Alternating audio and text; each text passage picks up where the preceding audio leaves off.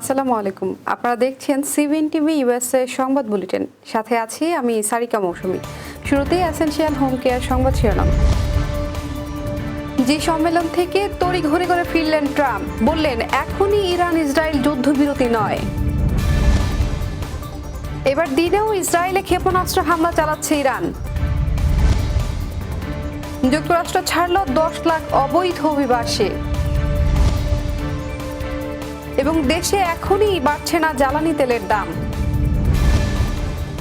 শুনছিলেন essential home care সংবাদ শিরোনাম। এবারে বিস্তারিত। কানাডায় অনুষ্ঠিত G7 সম্মেলন থেকে হঠাৎ করেই ওয়াশিংটনে ফিরে গেছেন যুক্তরাষ্ট্রের সাবেক প্রেসিডেন্ট ডোনাল্ড ট্রাম্প। ফরাসি প্রেসিডেন্ট ইমানুয়েল ম্যাক্রো জানিয়েছেন ট্রাম্প ইসরায়েল ও ইরানের মধ্যকার যুদ্ধবিরতি আলোচনায় অংশ নিতে সম্মেলন ত্যাগ করেছেন।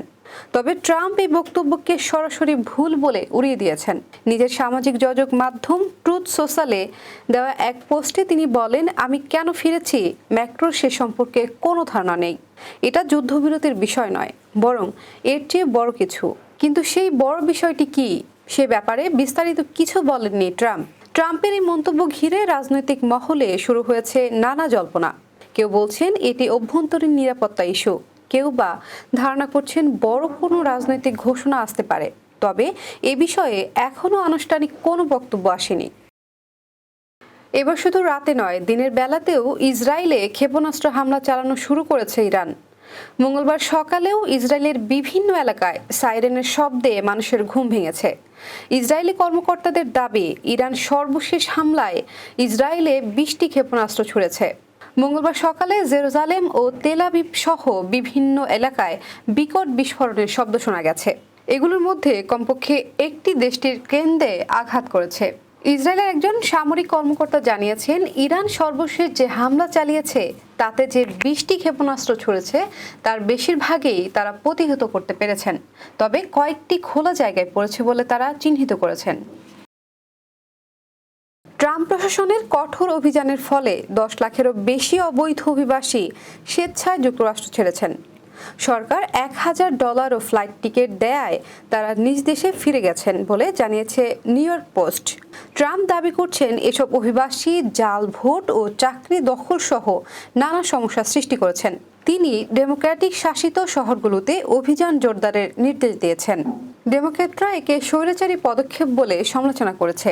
সেন্টার ফর ইমিগ্রেশন স্টাডিজ জানায়, যুক্তরাষ্ট্রে এখন 1,54,00,000 অবৈধ অভিবাসী রয়েছেন। ইরান ইসরায়েলের যুদ্ধটা পর্যবেক্ষণ করা হচ্ছে জানিয়ে অর্থ উপদেষ্টা ডক্টর সালাউদ্দিন আহমেদ বলেছেন, জ্বালানি তেলের দাম বাড়ানোর বিষয়ে আরও অপেক্ষা করব। আপাতত পর্যবেক্ষণ করছি, যুদ্ধটা যদি বেশি দিন চলে তখন আমাদের ওপর একটা প্রভাব বা প্রেশার পড়বে। মঙ্গলবার সচিবালয়ে এক বৈঠক শেষে সাংবাদিকদের তিনি এসব কথা বলেন। অর্থ উপদেষ্টা বলেন, ইরান ইসরায়েল যুদ্ধটা পর্যবেক্ষণ করছি।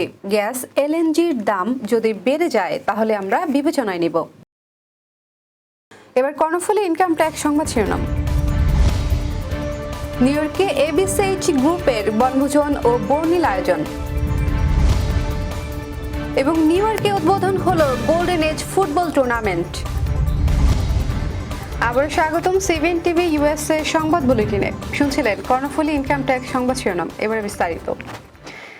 নিউ ইয়র্কের হেকশার স্টেট পার্কে অনুষ্ঠিত হয়েছে ফেসবুকের মাধ্যমে গড়ে ওঠা আমেরিকান বাংলাদেশি কমিউনিটির হেল্প এবিসিএইচ গ্রুপের বার্ষিক বনভোজন।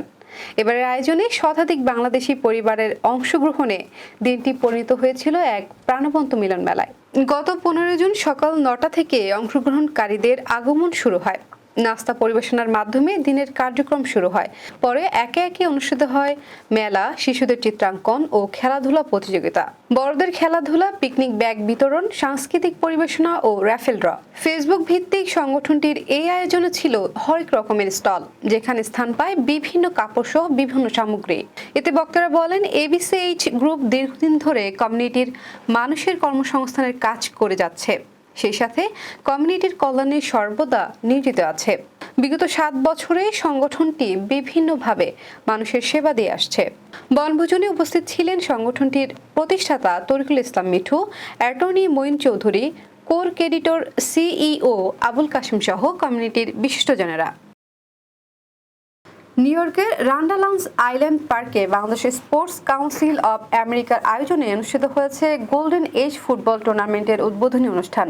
গত 15 জন অনুষ্ঠিত এই আয়োজনে প্রবাসী বাংলাদেশিদের সরব উপস্থিতি ও উচ্ছ্বাসে উৎসবমুখর পরিবেশের সৃষ্টি হয়। অনুষ্ঠানে সভাপতিত্ব করেন কাউন্সিলের সভাপতি দুলাল মিয়া এবং সঞ্চালনায় ছিলেন সাধারণ সম্পাদক খায়রুল ইসলাম খোকন। প্রধান অতিথি হিসেবে উপস্থিত ছিলেন বাংলাদেশ সোসাইটির ভারপ্রাপ্ত সভাপতি মহিউদ্দিন দেওয়ান। উপস্থিত ছিলেন বিভিন্ন সংগঠনের নেতৃবৃন্দ, ক্রীড়াবিদ ও কমিউনিটির বিশিষ্ট ব্যক্তিরা। উদ্বোধনী দিনে অনুষ্ঠিত দুটি খেলায় ব্রঞ্জ ইউনাইটেড ও আইসাপ ম্যাচটি 2-2 গোলে ড্র হয় এবং গার্ডেন স্টেট এফসি 1-0 গোলে পরাজিত করে যুব সংঘকে। দর্শক, এই ছিল সিবিএন টিভি ইউএসএ সংবাদ বুলেটিনে। শেষ করছি, পরবর্তী বুলেটিন দেখার আমন্ত্রণ জানিয়ে এতক্ষণ সাথে থাকার জন্য ধন্যবাদ সবাইকে।